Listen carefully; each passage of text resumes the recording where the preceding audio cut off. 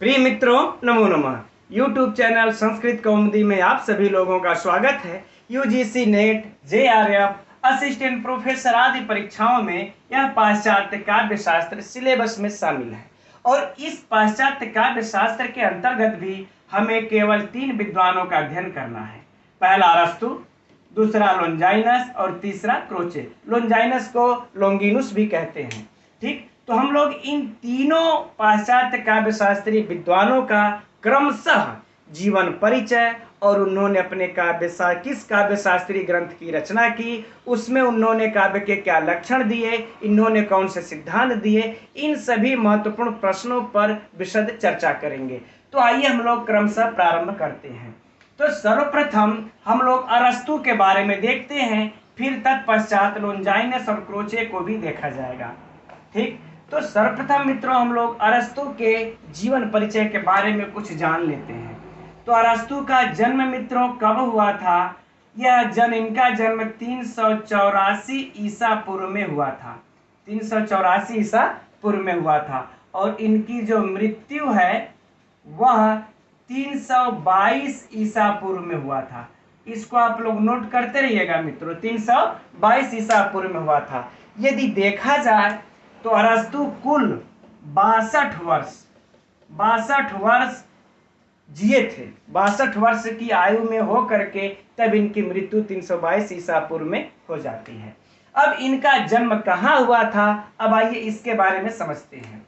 तो देखिए, इनका जन्म यूनान के देश में हुआ था। बहुत ही सरल तरीके से मित्रों हम लोग समझेंगे।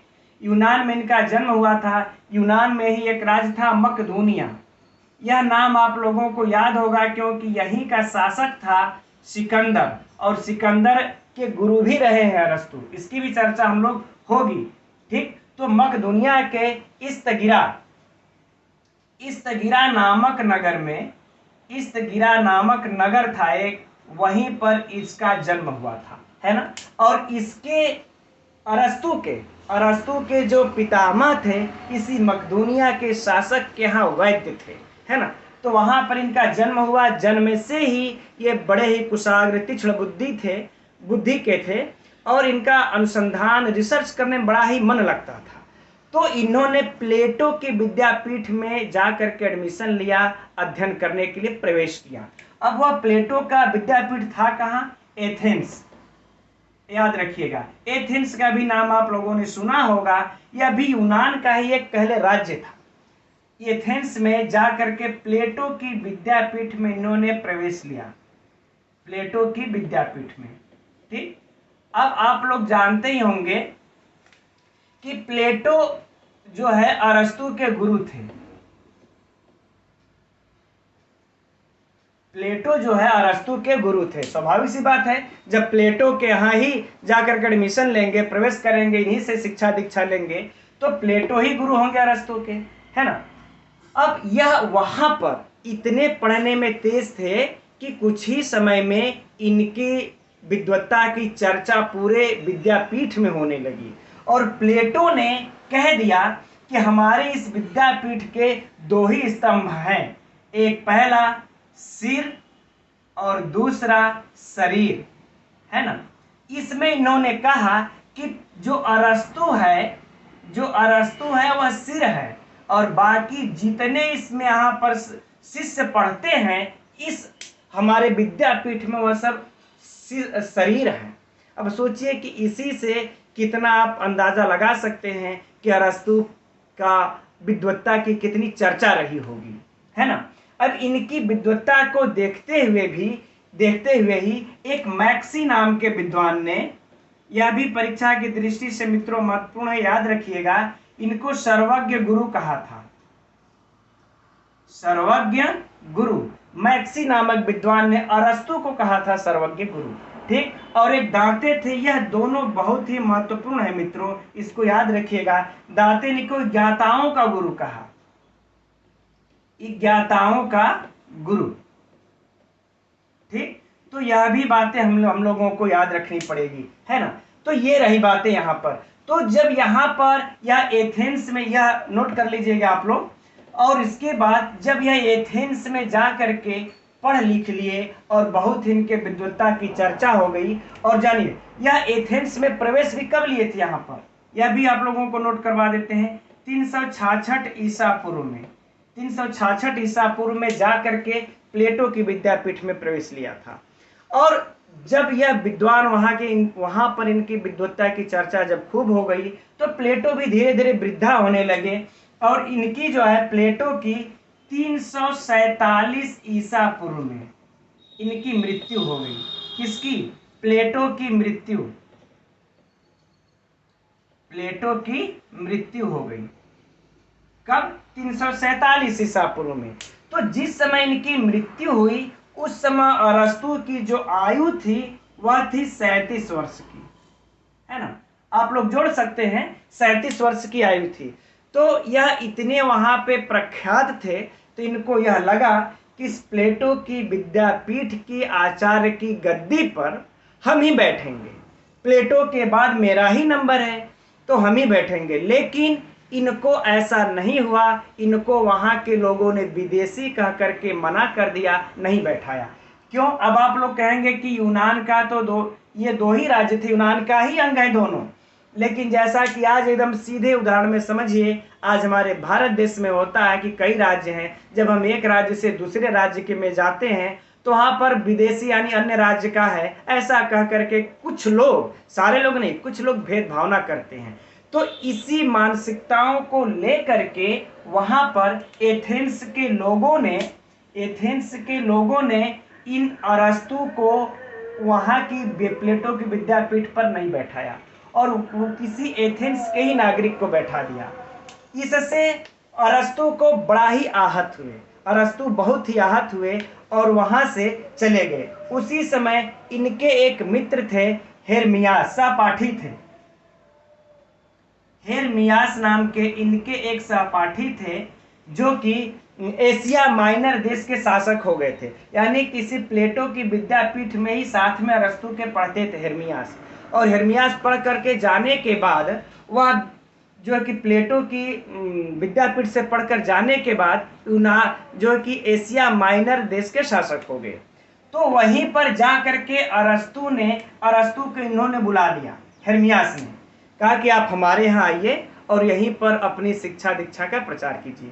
यह बहुत ही प्रभावित था हेरमियास, इतना प्रभावित था कि अपनी दत्तक पुत्री जो भतीजी थी उसका नाम था वीथियास, इसका विवाह कर दिया, वीथियास का विवाह कर दिया अरस्तु के साथ में। वीथियास का शादी कर देते हैं और वहां से शादी कर लेने के बाद वहीं पे रहने लगते हैं। लेकिन ईरानियों का आक्रमण होता है और उसी समय हेरमियास का राज्य तहस नहस हो जाता है। तो फिर वहां से अरस्तु हेरमियास से लौट करके पुनः कहाँ चले आते हैं? मकदूनिया चले आते हैं। तो जब ये मकदूनिया आ जाते हैं तो मकदूनिया का शासक उस समय होता है फिलिप। कौन था मकदूनिया का शासक उस समय? फिलिप। यह नोट कर लीजिएगा, फिलिप, जो कि इसी का पुत्र था। इसी का पुत्र कौन था? सिकंदर, है ना। सिकंदर इसी का पुत्र था। लेकिन जिस समय अरस्तु लौट कर आते हैं फिलिप वहां का शासक रहता है।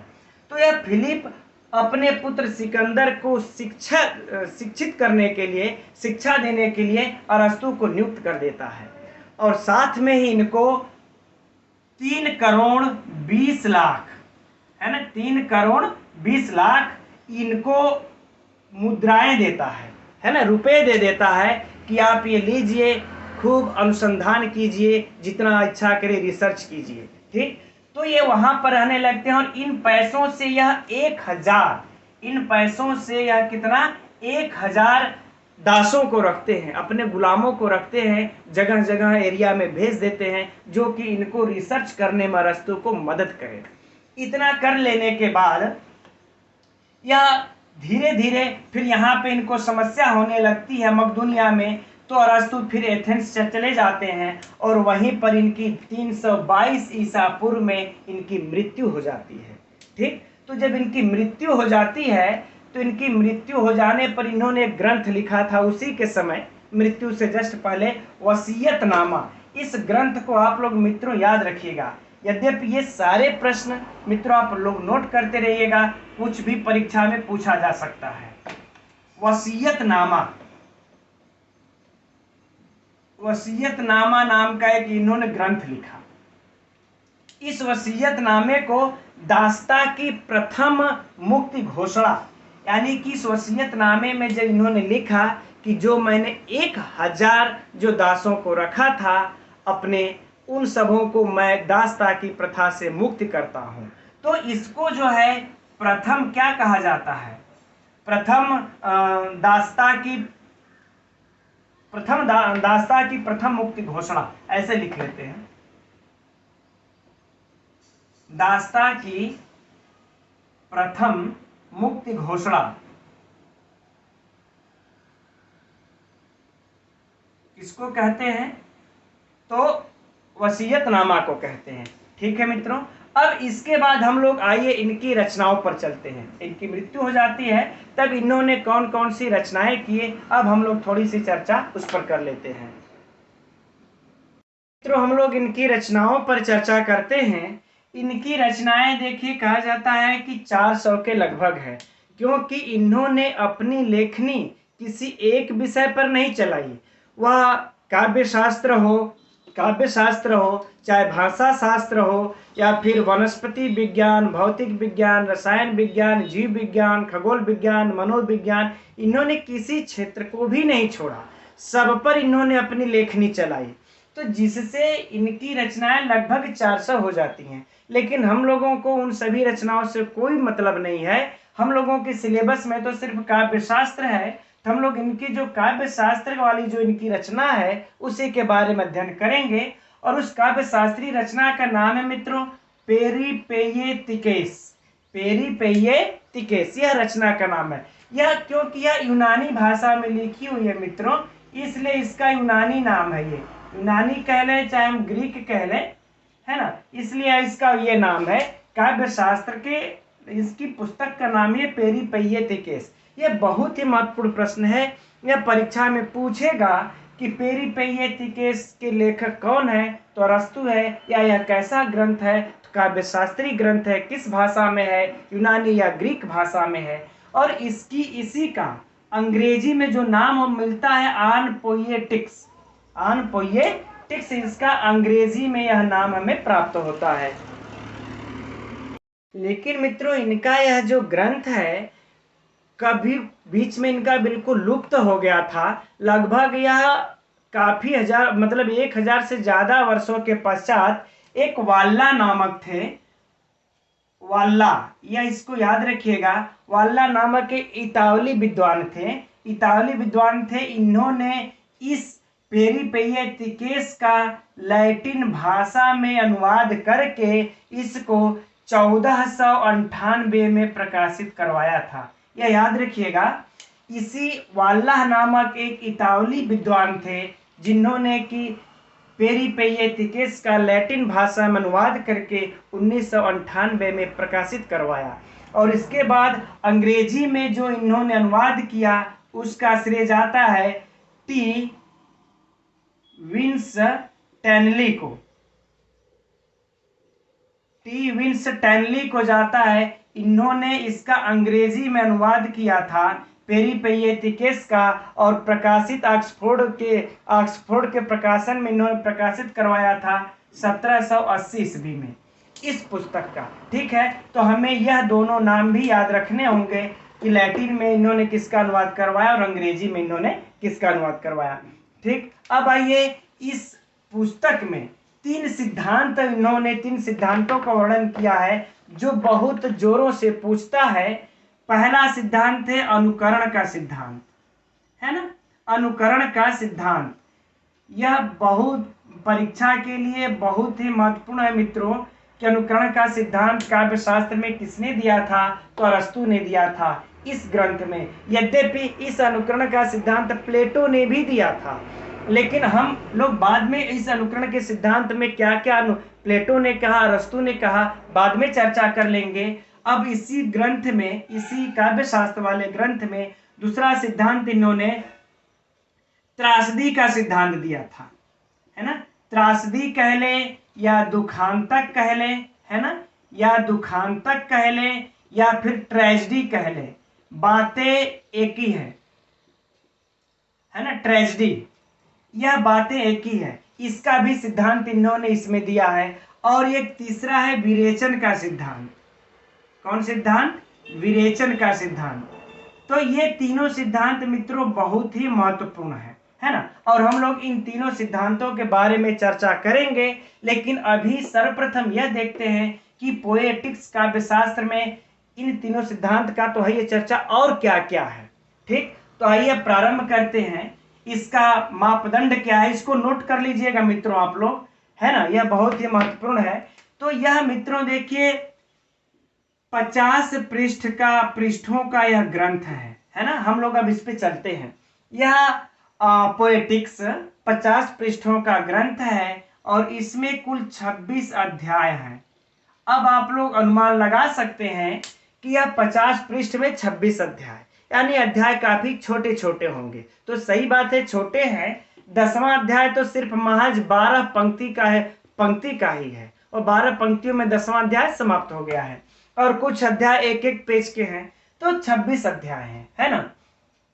अब इन 26 अध्याय में क्या क्या मैटर दिया हुआ है उस पर थोड़ा सा एक नजर डाल लेते हैं परीक्षा की दृष्टि से आप लोगों के लिए, है ना।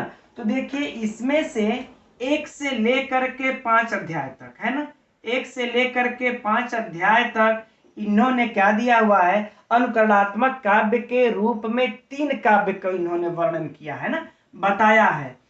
पहला इन्होंने बताया है दुखांतक, है ना, दुखांतक अभी जिसकी हम लोग चर्चा किए, है ना, यह एक काव्य बताए हैं, इसी को इन्होंने अपना सिद्धांत भी बताया है। ठीक, जिसको कि हम लोग ट्रेजेडी भी कहते हैं,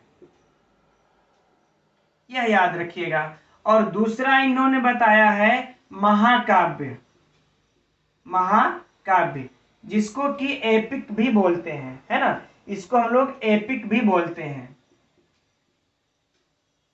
और तीसरा इन्होंने जो सिद्धांत दिया मित्रों, तीसरा जो इन्होंने चर्चा किया है प्रहसन, जो कि कॉमेडी है ना, जिसको हम लोग कॉमेडी कहते हैं। ठीक, तो इन तीनों के बारे में, ठीक है ना, इन तीनों के बारे में अर्थात माध्यम, विषय और पद्धति के आधार पर इन तीनों में भेद क्या है, ऐसा इन्होंने 1 से लेकर के 5 अध्याय तक बताया है।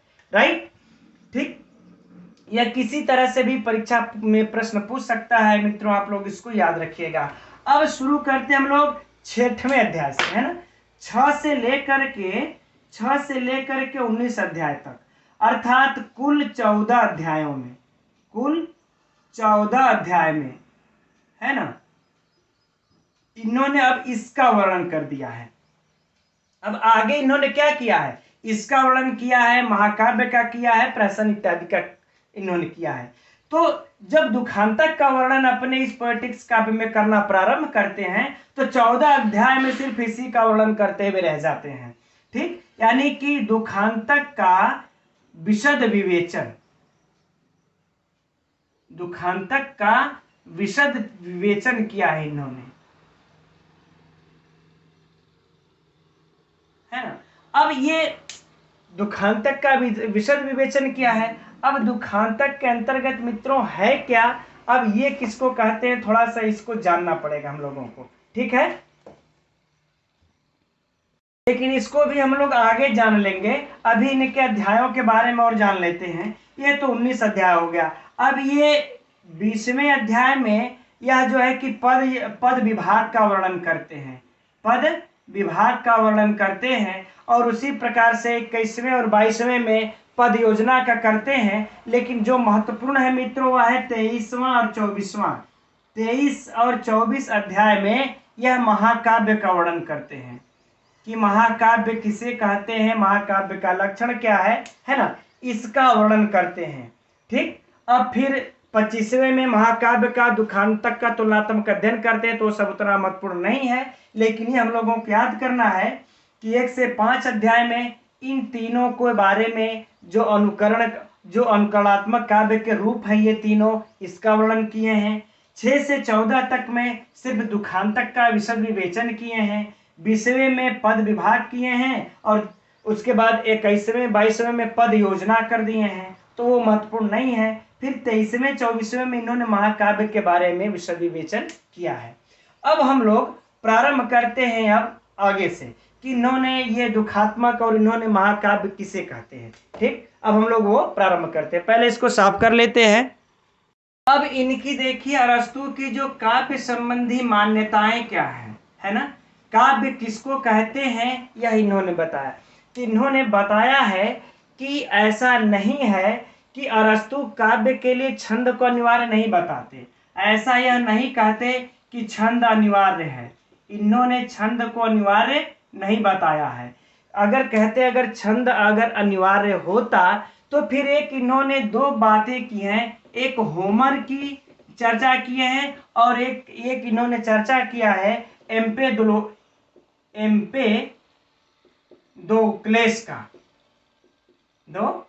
का, यह दो की चर्चा किए हैं। कहते हैं इन्होंने होमर ने भी एक ग्रंथ की रचना की, एम्पेडोक्लेस ने भी रचना की, और यह दोनों रचनाएं मित्रों छंद में हैं। यह दोनों रचनाएं छंद में हैं। तो क्या हम इनके दोनों काव्य रचनाओं को काव्य कहेंगे? नहीं। क्यों? क्योंकि यह काव्य इनकी जो भौतिक विज्ञान से संबंधित एम्पेडोक्लेस की छंद में भले ही लिखा है, लेकिन उसको हम काव्य नहीं कहेंगे। ठीक, तो इसलिए इन्होंने कहा कि काव्य के लिए छंद का अनिवार्य होना नहीं है, बल्कि वह यदि गद्य है चाहे वह पद्य है, यानी कि गद्य में हो चाहे वह पद्य में हो तो भी वह काव्य होगा, लेकिन वह क्या हो, वह आनंद के लिए लिखा गया हो। किसके लिए लिखा गया हो? आनंद के लिए, अर्थात मनोरंजन के लिए लिखा गया हो, तब कहते हैं वह काव्य है, चाहे वह छंद में हो और चाहे वह गद्य पद्य में किसी में हो, है ना। अगर हम अपनी दृष्टि से देखें तो बातें भी समझ में आ जाती हैं। हमारे यहाँ कहीं भी देखेंगे, हमारे खुद भारतीय में साहित्यों में देखेंगे तो बहुत से जो आयुर्वेद ग्रंथ हैं वह छंदों में लिखे गए हैं, लेकिन क्या उन्हें हम काव्य कहते हैं? नहीं कहते हैं। लेकिन आप दंडी, है ना, आप दंडी को लीजिए, सुबंधु को लीजिए, है ना, सुबंधु को लीजिए, बाणभट्ट को लीजिए, इन लोगों ने क्या किया है? बाणभट्ट को लीजिए, ये लोग जो रचना किए हैं गद्य में ही तो रचना किए हैं ना, लेकिन इनको उसको हम काव्य कहते हैं और इनको कवि कहते हैं, जबकि उसमें छंद है ही नहीं, है ना।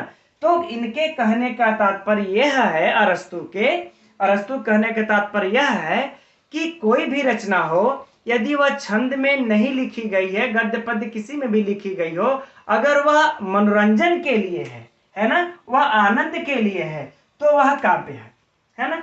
और यदि वह सिर्फ ज्ञान मात्र के लिए है, ठीक है, किसके लिए है? ज्ञान मात्र के लिए है वह रचना, तो फिर वह काव्य हो ही नहीं सकता, तो फिर वह काव्य नहीं है, अकाव्य है। ठीक है, तो यह हमें ये ज्ञान हो गया। अब ये कहते हैं काव्य की उत्पत्ति न, काव्य की उत्पत्ति के लिए मित्रों यह थोड़ा सा महत्वपूर्ण है, इसको आप लोग देख लीजिएगा।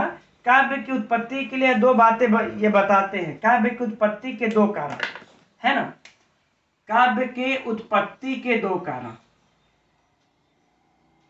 काव्य के उत्पत्ति के दो कारण इन्होंने बताया है। ठीक, पहला कारण तो इन्होंने बताया है कि अनुकरण की सहज प्रवृत्ति, अनुकरण की सहज प्रवृत्ति, है ना। और दूसरा कारण इन्होंने बताया इस अनुकरण के सहज प्रवृत्ति के कारण ही काव्य की उत्पत्ति होती है। और दूसरा कारण जो इन्होंने बताया कि पशुओं की तुलना में, है ना, पशुओं की तुलना में मनुष्यों में, बोल दे रहे हैं बस, पशुओं की तुलना में मनुष्यों में अत्यधिक अनुकरण की प्रवृत्ति और अत्यधिक बलशाली होना, यह दोनों काव्य की उत्पत्ति के कारण रहे हैं।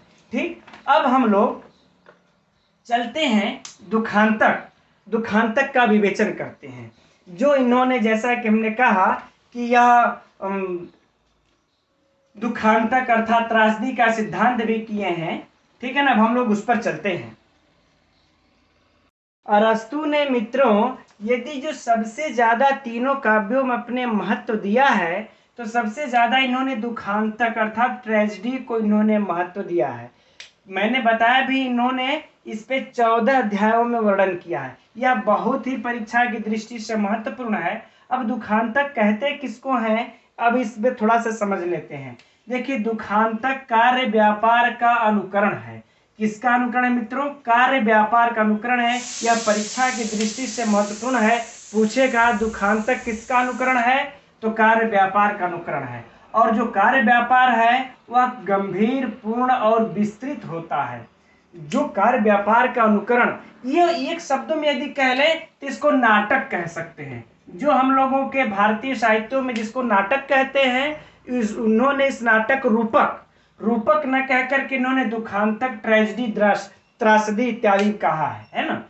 तो इसमें यह क्या, इसको क्या कहते हैं? कार्य व्यापार का अनुकरण है। और जो कार्य व्यापार होता है गंभीर, पूर्ण और विस्तृत होता है। और कार्य व्यापार अभिनय होता है। कार्य व्यापार क्या होता है? अभिनय होता है, यानी अभिनय किया जाता है। और इस दुखांतक अर्थात ट्रेजेडी में भाषा, लय, सामंजस्य, गीत से समन्वित होना चाहिए। उसको हम दुखांतक या ट्रेजेडी कहते हैं। इन चारों विशेषताओं से युक्त होना चाहिए, उसको हम दुखांतक कहते हैं। और इस दुखांतक के इन्होंने 6 अंग बताए हैं, जो कि बहुत ही महत्वपूर्ण है परीक्षा की दृष्टि से। कि अरस्तु ने दुखांतक के अपने सिद्धांत के कितने अंग बताए हैं? 6। पहला कथानक, दूसरा चरित्र, तीसरा विचार, चौथा पद योजना, पांचवा गीत और छठवां दृश्य। ये 6 इन्होंने अंग बताए हैं। और कथानक के भी यह 3 भेद करते हैं। यह सब नोट कर लीजिएगा मित्रों आप लोग, या फिर स्क्रीनशॉट लेकर के रख लीजिएगा। कथानक के यह 3 भेद करते हैं। अब ऊपर वाला थोड़ा हम साफ कर दे रहे हैं। इसके यह 3 भेद करते हुए बताते हैं कि जो यह नाटक अर्थात रूपक हम कह सकते हैं, ये जो दुखांतक है, इसके 3 भेद कौन कौन होते हैं? तो यह पहला बताते हैं कि ऐतिहासिक होता है। इसका कथानक कैसा होना चाहिए? ऐतिहासिक, है ना। और दूसरा कहते हैं कि काल्पनिक है ना, इसका कथानक काल्पनिक। और तीसरा कहते हैं अनुश्रविक अर्थात जो लोक कथाओं में श्रुति परंपरा से कहते सुनते चली आती है। तो इसके 3 प्रकार के कथानक हैं। और इस दुखांत में सबसे ऊपर इन्होंने कथानक को ही रखा है। फिर चरित्र के लिए, तो इसमें पात्रों का चरित्र कैसा होना चाहिए? उत्तम होना चाहिए। ऐसा ना हो कि स्त्री से शूरवीरता आप दिखला रहे हैं और पुरुषों से डरपोक दिखला रहे हैं। इसलिए चरित्र भी बहुत मायने रखता है दुखांतक में। और विचार, इसी तरह से पद योजना, गीत, दृश्य इत्यादि, इन तीनों का इन्होंने समावेश किया है। ठीक है मित्रों, अब हम लोग चलते हैं। इन्होंने महाकाव्य के क्या क्या लक्षण दिए हैं, थोड़ा सा महाकाव्य को देख लेते हैं। उसके बाद देखिए, महाकाव्य का लक्षण बताते हुए इन्होंने महाकाव्य के ऊपर तो बहुत ज्यादा लिखा ही नहीं। सारा समय तो इन्होंने दुखांतक अर्थात जो ट्रेजेडी उसी के ऊपर इन्होंने व्यतीत कर दिया है। लेकिन महाकाव्य में जो भी कुछ लिखा है, इन्होंने कहा है कि आख्यानात्मक होता है। क्या होता है? पहला देख लेते हैं, आख्यानात्मक। महाकाव्य आख्यानात्मक होता है। दूसरा कह रहे हैं कि इसमें आदि, मध्य और अवसान तीनों कार्य व्यापार हुआ करते हैं, है ना। आदि, मध्य और फिर कह रहे अवसान, यह तीनों कार्य व्यापार इसके अंतर्गत हुआ करते महाकाव्य के लक्षण में। और तीसरा कहते हैं जो पात्र होते हैं वो सभी उच्च कोटि के होते हैं। पात्र जो है उच्च होते हैं। और इसमें चौथा लक्षण बताते हुए महाकाव्य का कहते हैं कि जो विस्तार है, इसका विस्तार निर्बंध होता है महाकाव्य। और पांचवा कहते हैं इसमें जो छंद होता है वह एक ही छंद प्रयुक्त होता है, कई छंद नहीं होते हैं, है ना। तो यह इनका एक महाकाव्य का इन्होंने लक्षण थोड़ा सा इन्होंने दिया हुआ है।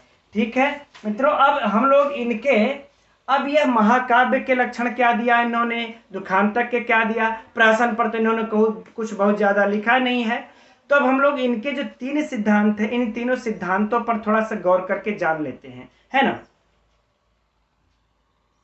इन्होंने मित्रों यही 3 सिद्धांत जिसकी की चर्चा हम लोग पहले भी कर लिए, अनुकरण का, त्रासदी दुखांतक का या फिर ट्रेजेडी का, और एक विरेचन का सिद्धांत दिया है। अनुकरण को यूनानी भाषा में मिमेसिस भी कहते हैं। यद्यपि हम अभी कुछ शब्दावली हैं जिनको कि क्या क्या कहते हैं लास्ट में लिख देंगे, वह परीक्षा की दृष्टि से अत्यंत महत्वपूर्ण होगा। लेकिन यहाँ पर देखिए अनुकरण का सिद्धांत। अब इन्होंने देखिए, अब यहीं पर हम लोग थोड़ी सी प्लेटो की चर्चा कर लेते हैं। प्लेटो ने अनुकरण का सिद्धांत दिया था, लेकिन उन्होंने जो है कि काव्य को, अर्थात जो कवि हैं, कवि को इन्होंने, प्लेटो ने क्या कहा था? प्लेटो ने कवि को अनुकर्ता कहा था। क्या कहा था? अनुकर्ता, यानी अनुकरण करने वाला अनुकर्ता है, नकलची है। क्या कहा था? नकलची है, प्लेटो ने कहा था। और ऐसा कह करके इन्होंने कवि की और काव्य की महिमा को बेहद आघात पहुंचाया था, ठीक है ना। लेकिन जब अरस्तु आते हैं, तो यह कहते हैं कि कवि अनुकर्ता या नकलची नहीं है, कवि क्या है? कर्ता है। कवि क्या है? कर्ता है, सृजन करता है या सृजन करता है, ऐसा इन्होंने कहा है ना, कि कवि जो है सृजन करता है या सृजन करता है, ठीक। ऐसा इन्होंने अपने सिद्धांत में दे करके इन्होंने कवियों की थोड़ी सी महत्ता को बढ़ाया, ठीक। अब त्रासदी और जो दुखांतक है, इस सिद्धांत में मित्रों अरस्तु ने क्या क्या कहा, अभी हम लोगों ने देखा। इसके 6 अंग थे, है ना, इसके 6 अंग थे। और ये क्या दुखांतक किसको कहते हैं, सभी हम लोगों ने देख लिया। अब एक बात, यही उनका सिद्धांत है। और अब बात आती है विरेचन की। विरेचन की मित्रों, इन्होंने जो बहुत ज्यादा, इन्होंने तो कुछ किया ही नहीं है, यद्यपि इन्होंने राजनीति शास्त्र में विरेचन का चर्चा किया है। लेकिन विरेचन का अर्थ है मित्रों कि चिकित्सा शास्त्र, यूं कह लें चिकित्सा शास्त्र, है ना, चिकित्सा शास्त्र। जो देखिए वात पित्त कफ, ये शरीर में हमारे 3 दोष पाए जाते हैं। इन तीनों दोषों में संतुलन बनाए रखना बड़ा ही बेहद जरूरी होता है। और जैसे इन तीनों में असंतुलन होता है तो हम बीमार पड़ जाते हैं।